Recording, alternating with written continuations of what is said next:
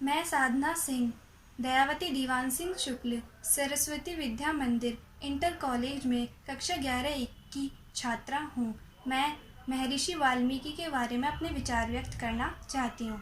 संस्कृत भाषा के आदि कवि और हिंदुओं के आदि काव्य रामायण के रचयिता के रूप में प्रसिद्ध महर्षि वाल्मीकि कश्यप और अदिति के पुत्र थे। वाल्मीकि का जन्म दिवस अश्विन मास की शरद पूर्णिमा के दिन मनाया जाता है। उपनिषद के विवरण के अनुसार यह भी अपने भाई भृगु की भांति परम ज्ञानी थे। एक समय ध्यान में मगन वाल्मीकि के शरीर के चारों ओर दीमकों ने अपना घर बना लिया था। जब वाल्मीकि जी की साधना पूरी हुई तो वो दीमकों के घर से बाहर निकली। दीमकों के घर को वाल्मीकि कहा जाता है, इसलिए महर्षि भी वाल्मीकि के नाम से प्रसिद्ध हुए। एक पौराणिक कथा के अनुसार महर्षि वाल्मीकि का पहले नाम रत्नाकर था। एक बार नारद मुनि एक जंगल से होकर गुजर रहे थे कि उनका सामना डाकू रत्नाकर से हो गया। नारद मुनि ने रत्नाकर से पूछा, तुम ये लूटपाट क्यों करते हो? डाकू रत्नाकर ने कहा, मैं ये कार्य अपने परिवार का पालन पोषण करने के लिए करता हूँ। तब नारद मुनि ने कहा कि जिस परिवार के लिए तुम ये लूटपाट व अत्याचार करते हो, काया वे भी इन पापों का फल भोगने के लिए तैयार हो? यह सुनकर रत्नाकर स्तब्ध रह गया। उसने नारद मुनि से कहा कि मैं अपने परिवार से पूछकर बताऊंगा। तब डाकू रत्नाकर नारद मुनि को एक पेड़ से बांधकर पूछने के लिए अपने घर चले गए। घर पहुंचने पर उन्होंने अपने परिवार के सदस्यों से पूछा कि क्या वे लूटपाट में होने वाले पाप में उसके साझेदार हैं, तो उन सभी ने मना कर दिया। उन्होंने कहा कि जो पाप करता है वही पाप भोगने के लिए उत्तरदायी है। यह सुनकर रत्नाकर को बड़ा दुख हुआ।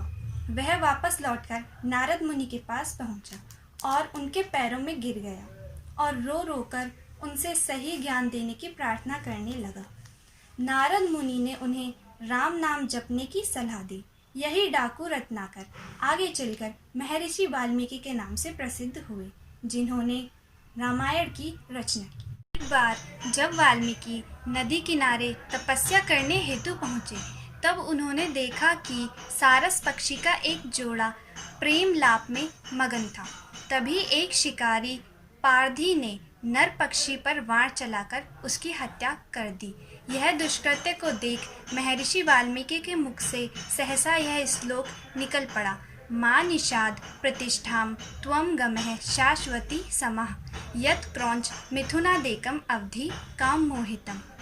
श्लोक का अर्थ यह है कि अरे बहेलिए, तूने काम मोहित सारस पक्षी को मारा है, जा तुझे कभी भी प्रतिष्ठा की प्राप्ति नहीं होगी।